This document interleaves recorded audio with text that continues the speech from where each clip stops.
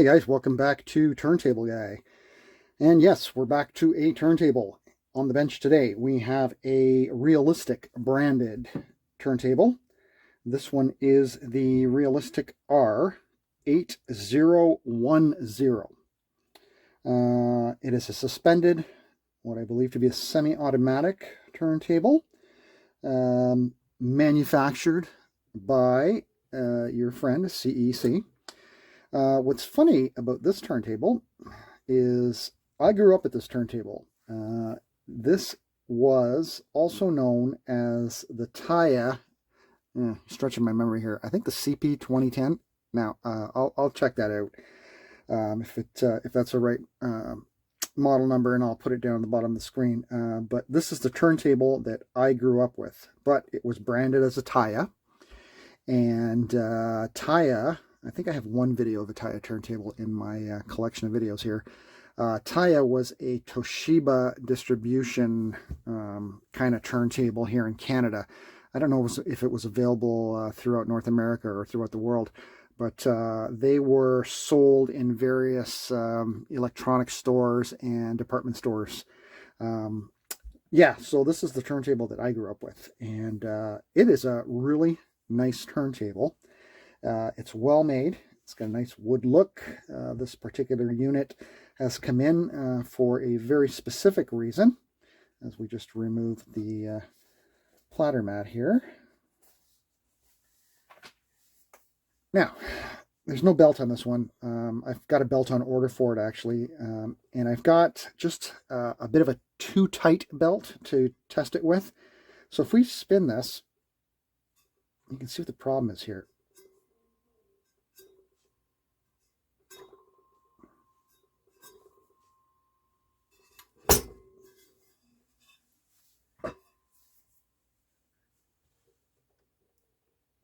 This spindle bearing is seized.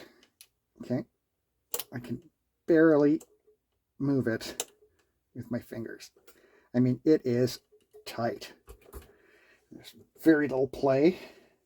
So this is what happens when you don't service your turntables.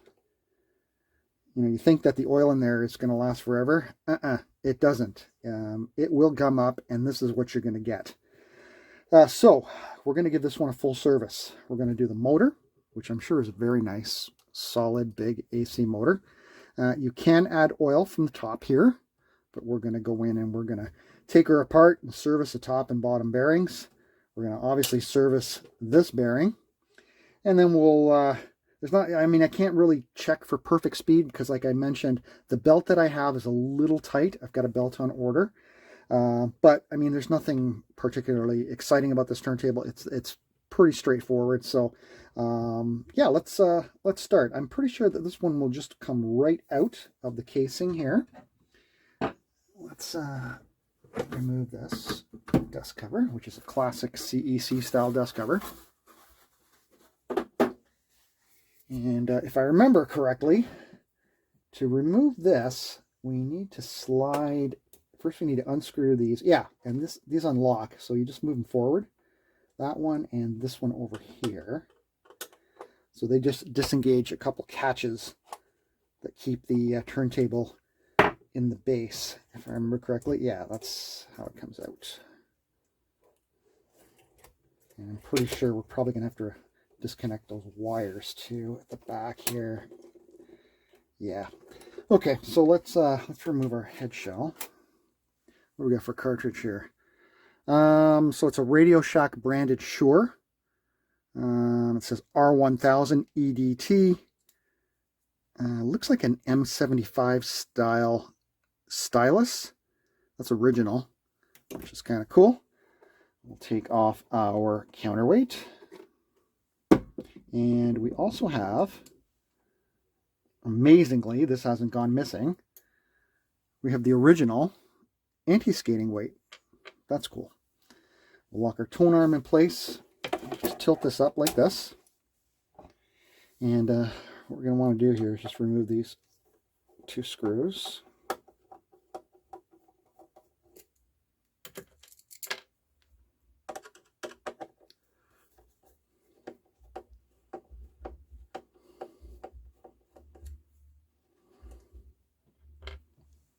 me take off this grounding screw too while we're at it.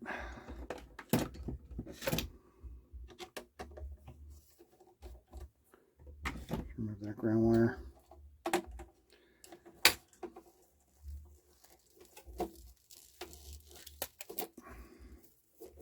This cable's going to have to come through the plinth here, so.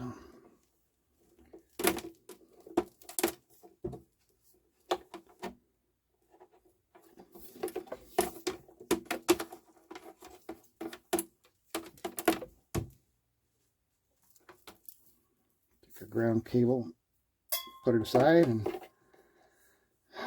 if I remember correctly, does this go back inside? Yeah, I think so. Let me just, let's have a look here.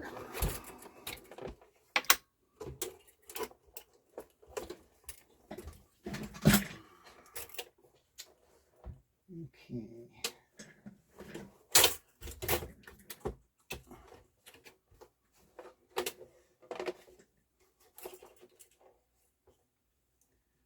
We definitely have to bring this plate through.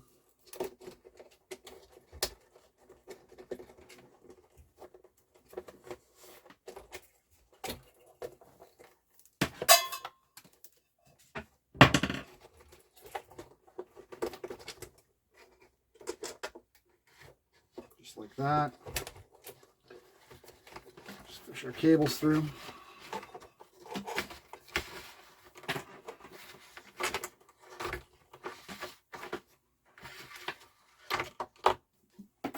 And there we go.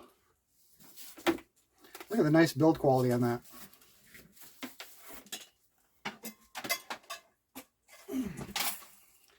Now this is something you don't see anymore. Look at this. That's solid wood. You see that?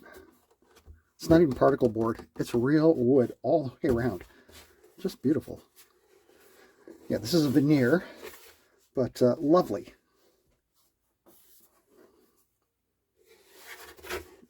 So clean too. Shielding here, and the wire I just pulled out actually attaches. There's a little clip there where you mount the ground cable, and that shields the arm from interference. Just beautiful, beautiful build quality.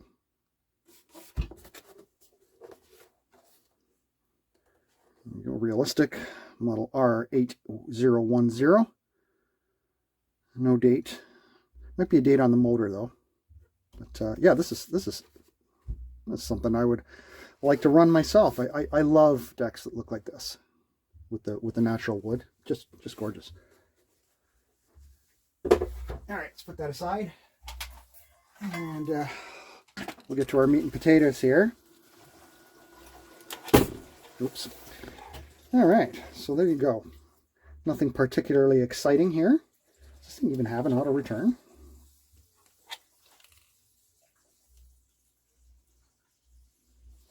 Doesn't look like it. What does this do? Auto lift. Why don't we do our spindle bearing first? I haven't seen one of these in so long, so I'm just going down memory lane here a little bit, and really liking what I'm seeing as far as build quality is concerned. There is our screw for our spindle. Now that's painted in place, so what we're going to do is we're just going to apply a little bit of downward pressure here, because we do not want to strip the screw. Just work a little bit. Yep, it came out, no problem.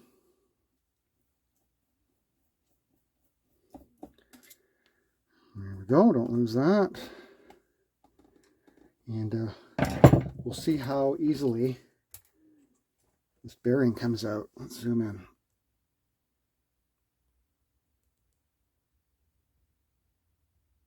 Okay.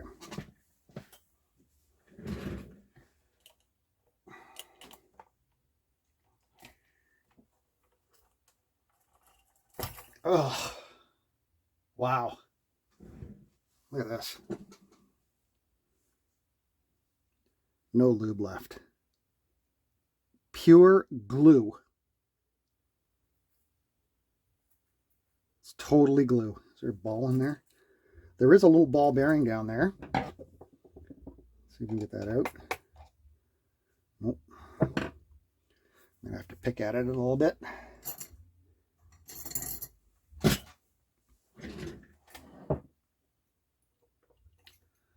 Oh, this is terrible.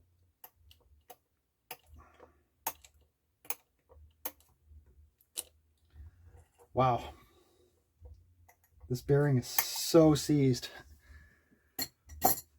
Okay, so what I'm going to do, like, you don't see me do this very often, but when I have something that's this seized, I'm going to put a little WD-40 in there and just let it soak a little bit. We'll clean it out. Just like that.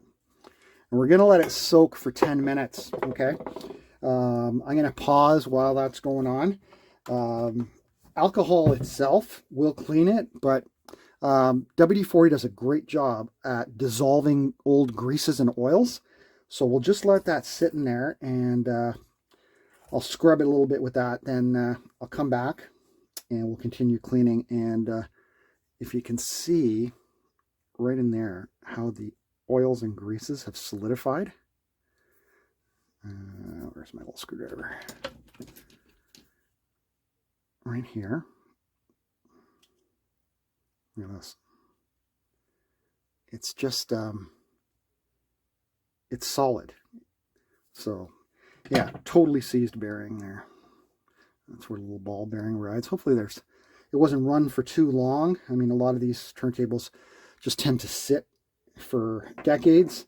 That's why the greases tend to solidify. So hopefully, yeah, this has got to be an auto return. There's a cam here, right? So hopefully the greases will dissolve with the WD-40, and then we'll go back in and we'll hit it with alcohol. So I'll be back in 10 minutes. Actually, you won't have to wait for 10 minutes. I'll be right back. All right. So actually, it's been about 15 minutes. There's the WD-40 that I was cleaning with down there. The ball bearing is not coming out. Now, I don't know if it's press fit or if it's loose or what it is, but I'm not forcing it. I'm going to make sure, I'm still getting crap out of there. I'm going to make sure that we clean that pit really well with alcohol, and we're going to oil that sucker real nice. And if it comes out, it comes out. If it doesn't, oh well, it's not the end of the world. As long as the pit's clean and it's lubricated, that's all that matters. What you want to make sure, though, if you are using WD-40 as your cleaner, make sure you get it all out. Don't leave any in there, because if you leave any trace of it in there, it's going to dilute whatever oil you put in there. WD-40 is not a lubricant. I know it says it lubricates locks and stuff, but that stuff, it'll lubricate it for, you know, a month or so, and then it'll start squeaking because it cleans out all the oils. So just make sure that this pit is spotless, and see, it's still coming out. And you get rid of all the WD-40. Make sure it's completely dry before we relube it.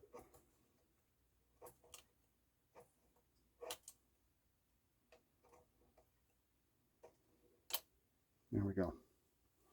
All right, what about our axle? I'm just going to use some alcohol on that because I can get good coverage. And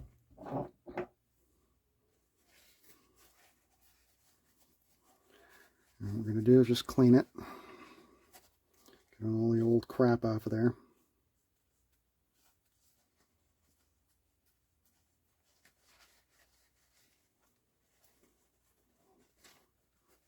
There you go.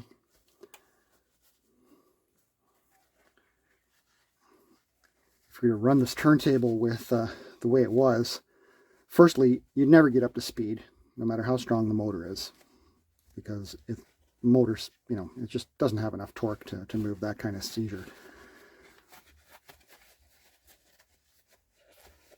And you're going to score this axle, right? So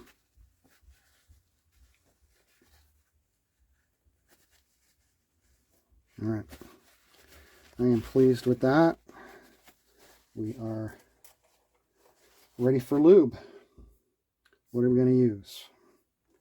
Well, I'm going to say this probably had a grease in it at the factory and not an oil, because oils wouldn't solidify the way that did. So I'm going to use a 30 weight non-detergent, which you see me use quite a bit.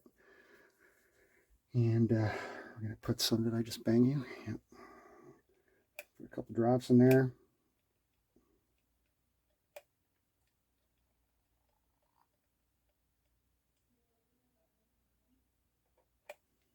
Okay, and then a little bit here. And we'll lower back down.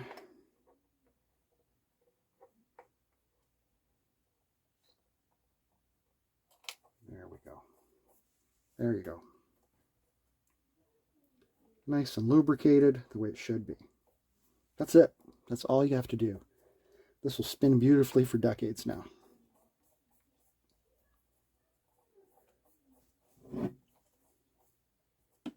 All right, so we put our screw back in.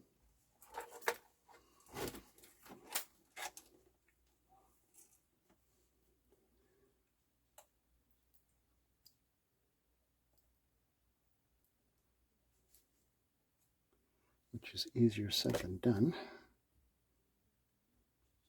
Oh, it is a Phillips.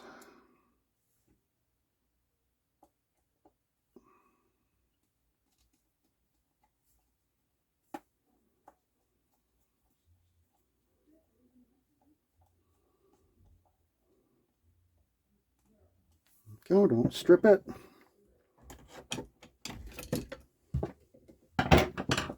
Okay, all good here. Lovely. See how our auto return works. It's definitely auto return.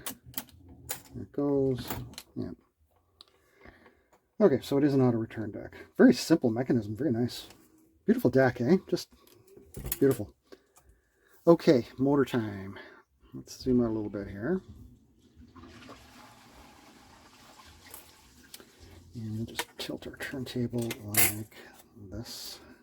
If I can work on it here without having to remove too much. Looks like we have 1, 2, 3 screws holding the motor in.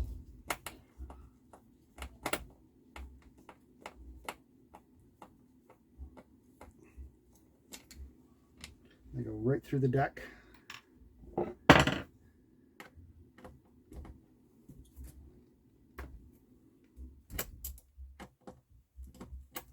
The motor is suspended on rubber. Yeah, these screws are definitely JIS because my Phillips is not liking this at all.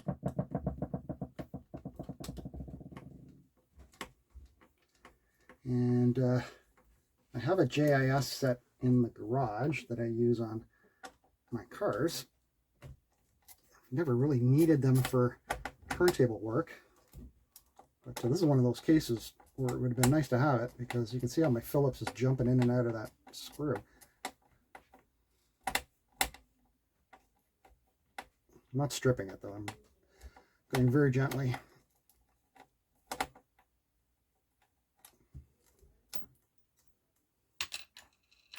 Okay, here's our motor. Lovely AC motor. Very clean. Super clean. There's a plate here we're going to need to remove. See if we can work on it kind of like that. How does that look? Maybe zoom in just a little bit more. Kind of like that. So we'll try to keep that in frame as much as possible. All right. Okay, we got 2 nuts here, and this motor is going to flip back like that. So we need to do that kind of turn. And let's see here, maybe 7mm. Yep.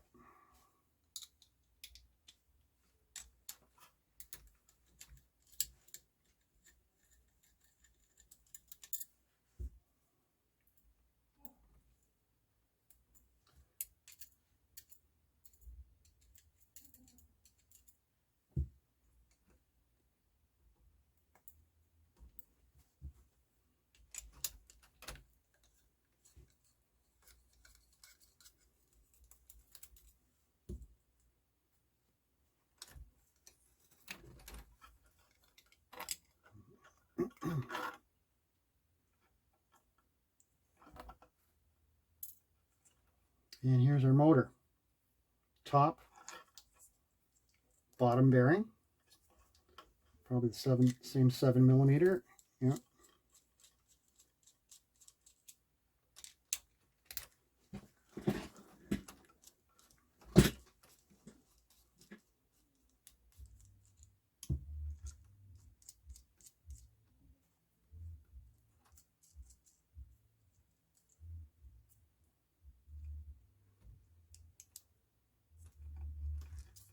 There's a little bit of difference on this side than this side. I'm going to mark that.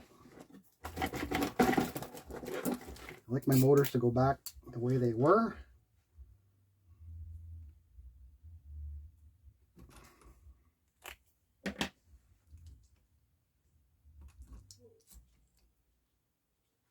There's your rotor.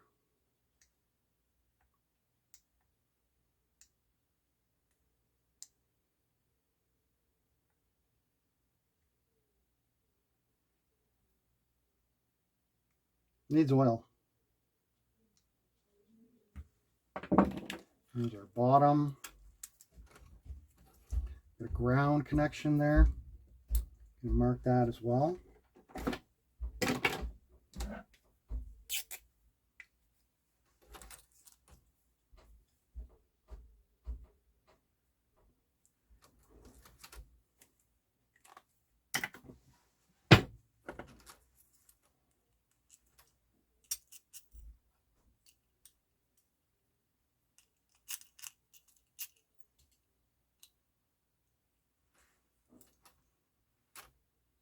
Okay.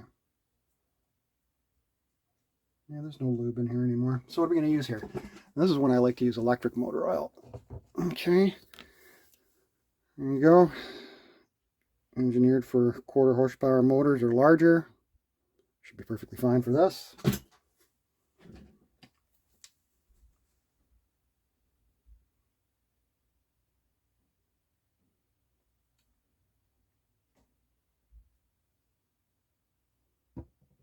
Drop or so is all you need.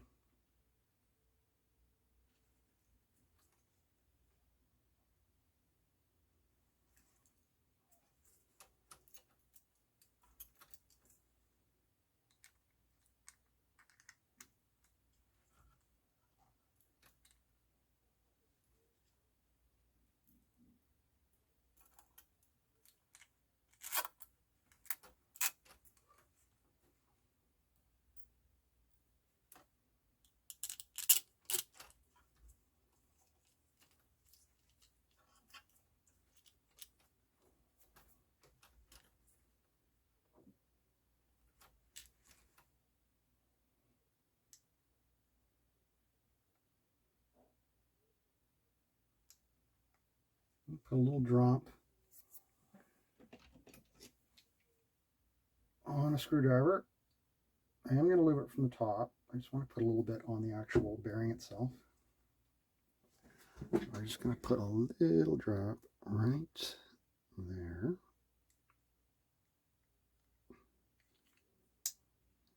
And right there. It's amazing that one drop of oil can make this feel totally different.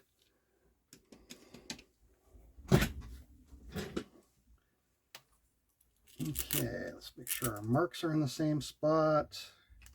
There it is there. That back in. Perfect. Lock this down. There's no washer on this one.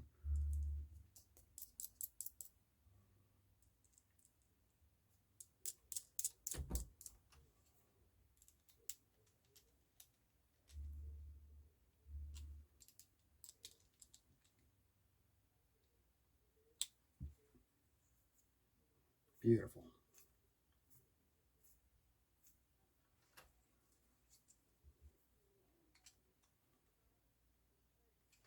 Just gonna this one doesn't want to tighten up quite as nicely. Let's just crank there. There we go. Ground cable's connected. It's all twisted now. It goes like that.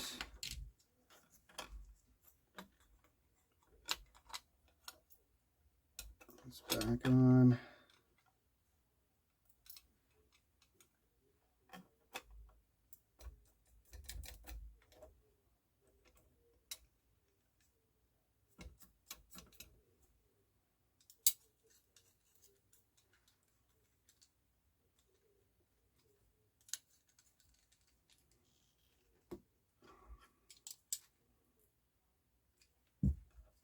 Okay.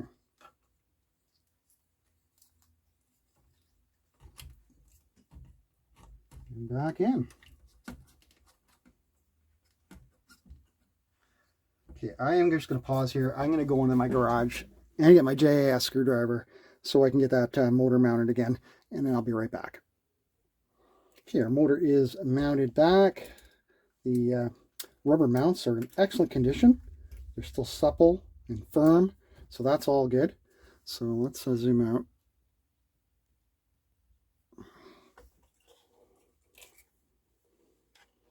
Let's see if there's anything else we really need to service in here. Cables are in excellent shape.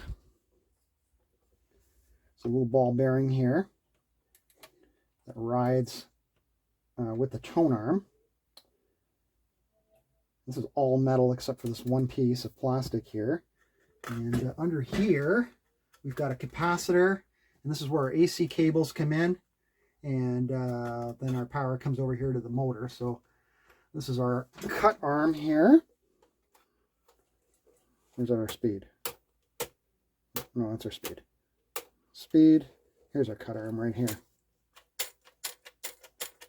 There's our cut, so that's all cool. I did notice that this, I really don't like the way this is sitting. Let's see if we can fix that. Not sure how that comes off.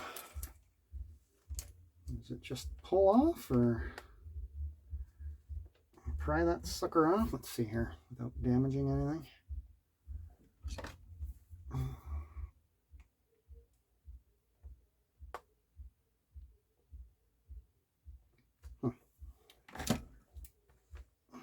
There's a screw. Let's take the screw off.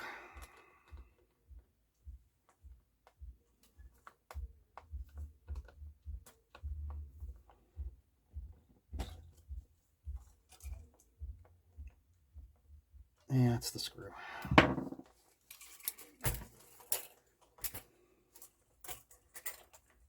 Just line that up properly here. Say right about there.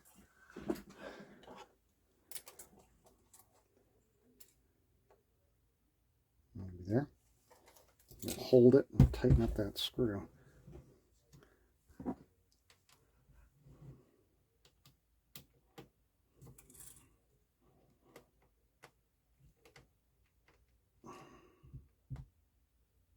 That's better. Yeah, I like that better. You can see how that auto return works. Kicks this gear here. That brings the cam in play. And that goes back to the rest. Okay. All right. I think that's it for service. I am going to, now, just so you know, the gentleman who owns this deck, when he bought it, the belt had deteriorated all around the pulley. So he's already gone ahead and polished this. He's done a great job, so I'm not touching that. We're going to drop some oil into the motor here, just like the service manual would tell you to do, and just to drop a few drops of oil in there. We'll let those soak down, Actually, why the hell don't we do it right now? So this is how you would do it at home. Just grab your oil can or whatever you use and just down there. A couple drops will do you, and it will it'll soak into that top bearing. There's kind of like a funnel, so the oil just goes down, right? And that's all there is to it. That is serviced. Slop in there. And we'll get this back in its case. And what I'll do is I'll put that belt that I have on it, and we'll just get to see it spin and maybe do a quick sound test, make sure we've got sound in both channels. But it is definitely, like I mentioned, the incorrect belt. So let me pause. I'll be right back. Okay, we're all back in our case here. And just let me grab one of my belts here. Okay, so this is the belt I'm going to use. It's the one that fits the best for this turntable. Before I put the belt on, let's just see how our platter is turning now.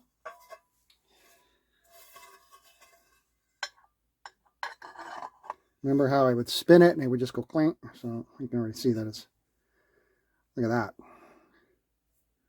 Fantastic. Spin all day.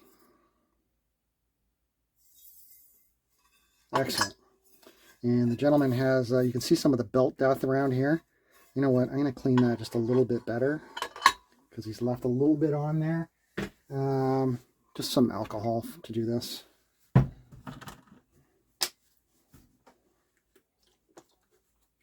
Nothing worse than when a belt dies on a platter. It's horrible. So you just basically got to scrub, right? And you got to get it all off. You can see it coming off. I'll show you the paper towel when we're done. Look at that. So that is definitely not clean enough.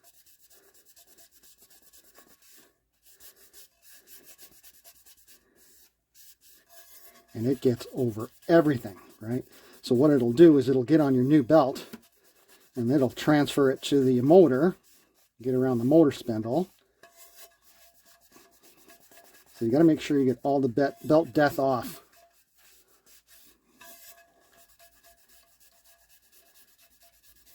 Stubborn crap.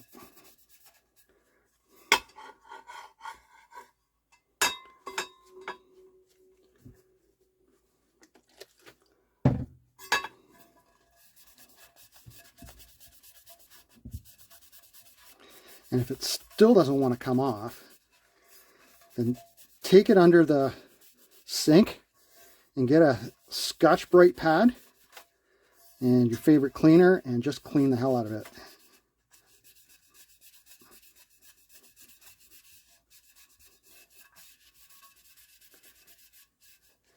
Wow, this is some stubborn crap. Let me pause. I don't want to bore you to tears here. I'm going to finish cleaning that and get the rest of this belt crap off of here. I'll be right back. Okay, we're clean. So we're going to put this belt around here, and I'll show you why it's too tight, okay? It shouldn't be a struggle to put on. Okay? So when you put a belt on, it should grab the center part of the platter here, okay? And you should be able to pull it back to get your finger on there to put it around the motor. But it shouldn't be so tight that you feel it like seriously stretching. This one is stretching a bit too much. And what happens is when you go to put this on the motor, it'll actually pull the motor spindle in. So it'll tug on it, right? And that's not what you want. I mean, there's always going to be naturally some pull on it. But this is a bit too much. We got to stretch around there. So that's a bit much. So let's just see. And we're spinning here. There you go. Just gonna hit the cut mechanism. Oh, that's the play mechanism. This is a two stage. So play and then cut. And then return, right? Yeah, return. Beautiful. Did I mention I love this turntable? Fantastic. Let's see what our speed is. Oh, I got something to show you. Where is it? Here it is. I got my wife's old Samsung here, S8, which she dropped, and I've put the software on there, so I have to use the strobe all the time, and this will show us how we're doing. I should have probably booted this up.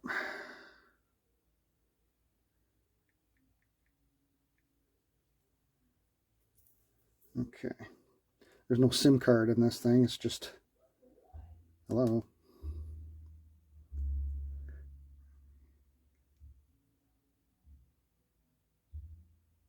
It's faster to put the freaking, whatchamacallit on the turntable. I should have booted that up first. Let me grab my strobe. Hang on. Okay. All right, so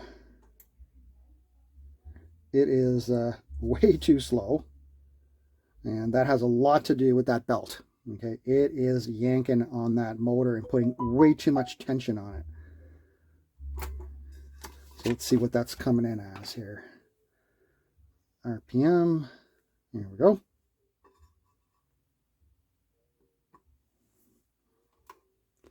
And let's see here. I'm getting a little bit of glare there. Okay, how's that? So 32. So we're slow, and but that's okay. When the new belt arrives, it should be fine. And if it's still slow, okay, that has to do with belt size. And you can check out one of my videos. If you do have a situation where it's running a little slow and you don't think you have the absolute correct belt, you can put a little bit of nail polish on the motor spindle while it's spinning, just a little bit, paint it a little bit at a time until you get it up to 33. Okay, that's a little trick for you. So anyway, so we're slow, and it took an hour for me to boot this phone up. Next time I will remember to boot it up before we start the video. Okay, so we're slow, but let's mount our cartridge. Whoops. I cleaned the stylus on it. It's got a ton of stylus left. It's almost brand new. This whole deck's almost brand new. It feels. All right, a little bit of audio.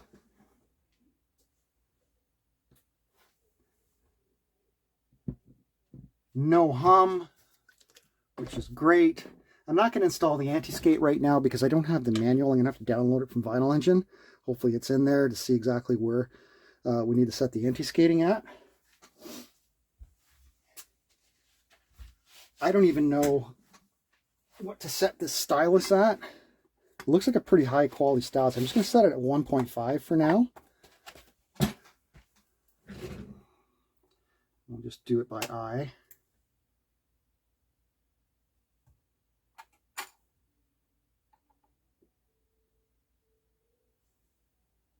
Okay, so you just want to balance up the tone arm here.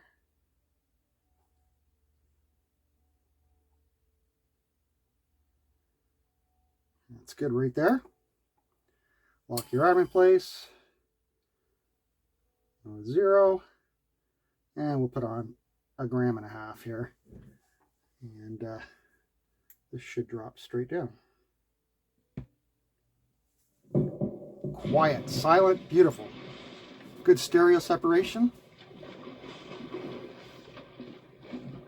Lovely turntable. Okay, cut.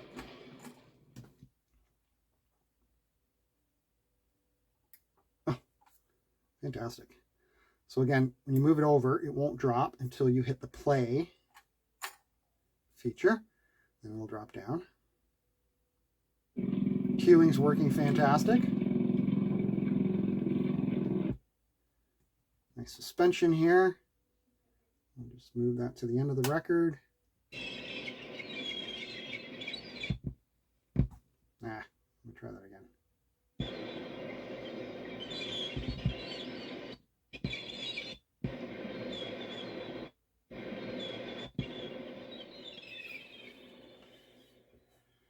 I want it to naturally grab the out groove.